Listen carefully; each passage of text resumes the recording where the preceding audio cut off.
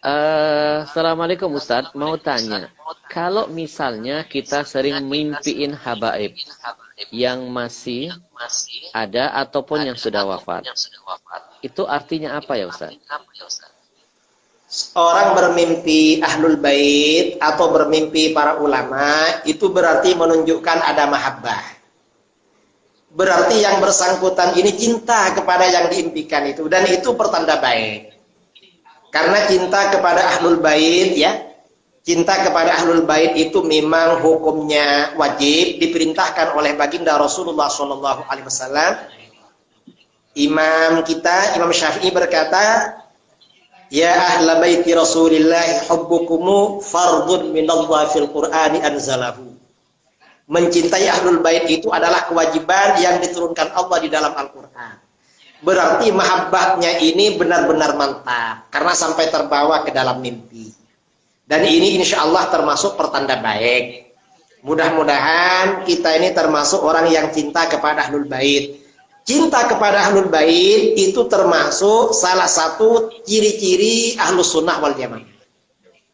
Ahlus sunnah itu ciri-cirinya cinta kepada ahlul bait. Itu diantara ciri-cirinya. Nah, ahlul bait ini, ahlul bait itu artinya, maaf ya Habib ya, ahlul bait itu artinya keluarga Rasulullah SAW. Yang dimaksud keluarga Rasulullah itu siapa? Keluarga Rasulullah itu ya istri-istri beliau, itu ahlul bait. Kemudian kerabat beliau dari Bani Hashim dan Bani Muttalib, dan anak cucu beliau, itu ahlul bait semua. Kita cinta kepada semuanya. Itu merupakan ajaran Ahlus Sunnah wal Jamaah. Kalau sampai terbawa dalam mimpi, itu berarti cintanya benar-benar mantap, luar biasa insya Allah. Baik Ustadz, ada yang menarik nih. Ada yang bertanya tentang statement salah seorang ustadz yang menyebutkan, katanya, kaidah umum nasab keturunan itu dari pihak laki-laki atau ayah, bukan dari wanita atau ibu. 3 putra Nabi Shallallahu Alaihi Wasallam, Qasim, Abdullah, dan Ibrahim, diwafatkan Allah ketika balita. Jadi sudah tidak ada lagi keturunan Nabi Shallallahu Alaihi Wasallam. Yang ada sekarang adalah keturunan Hasan dan Husain cucu Nabi, yang nasabnya ke Ali bin Abi Thalib, bukan kepada Rasulullah. Ini statement yang diungkap oleh salah seorang ustadz. Gimana menurut antum? Ustadz _UK_ Sumeru.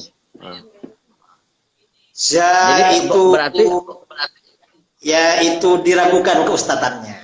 Berarti belum ustadz. Kalau statement begitu berarti belum makomnya ustadz. Mengapa? Memang ya untuk urusan nasab itu melalui laki-laki. Tetapi untuk nasab kepada Rasulullah yang mengatur Rasulullah, dan Rasulullah bilang bahwa keturunan beliau melalui Ali, ya sudah selesai. Itu Rasulullah yang mengatur, kita mau apa? Karenanya ini sebenarnya nggak perlu ditanyakan seperti ini, nggak perlu. Kalau ada orang ngaku ustaz, terus dia pemintar seperti itu, berarti belum makomnya ustaz. Jadi mungkin masih perlu belajar. Atau mungkin ustaz instan. Ustaz instan ya. Ustaz instan belum belum banyak belajar kitab-kitab tafsir, kitab-kitab hadis. Karena memang ya di dalam kitab-kitab hadis ya diterangkan dalam kitab tafsir ya, ketika menafsirkan surah Al-Ahzab itu juga ada keterangan seperti itu. Di kitab-kitab sirah, di kitab-kitab hadis juga ada keterangan seperti itu.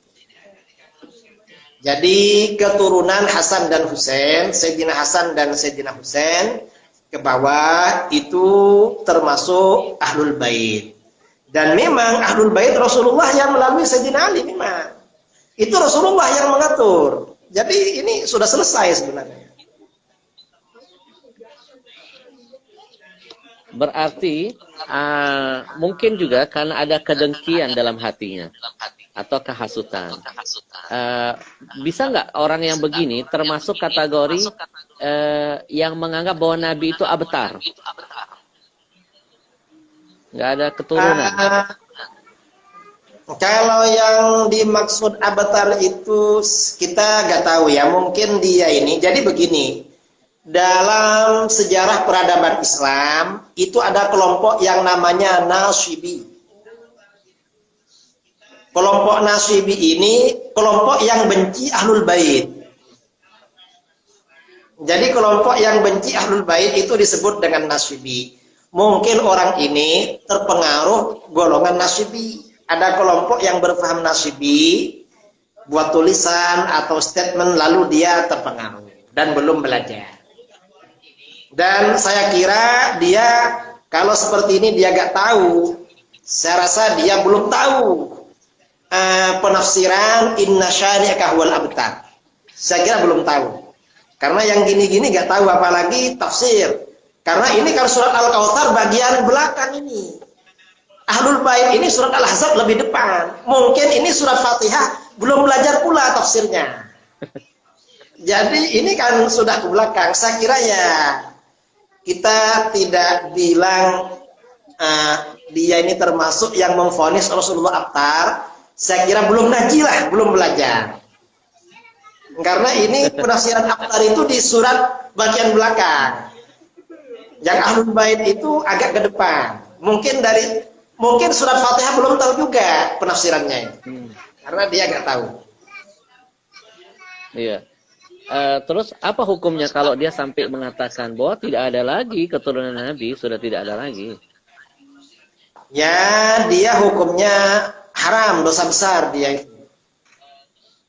Gak boleh seperti itu. Karena dia bukan ahli ilmu tapi berfatwa. Orang yang bukan ahli ilmu lalu berfatwa, itu dosanya lebih besar daripada berzina dan mencuri. Kata Imam Ghazali dalam Ihya Ulumuddin, orang awam itu seandainya berzina atau mencuri, itu lebih bagus daripada dia berfatwa. Ya, termasuk ustadz yang statement tadi itu. Jadi dia belum belajar. Kalau seandainya Nabi, laukana Rasul bainana, menghadapin orang-orang yang berpikiran picik begini, mungkin sudah turun surah khusus buat dia. Ya, sama seperti surat yang diturunkan buat orang yang menghina Nabi. Allah itu sangat menjaga betul perasaan Nabi SAW. Ya, itu surat Al-Abtar itu orang Quraisy ya, ada orang musyrik dari Quraisy yang bilang begitu. Akhirnya turun surat itu.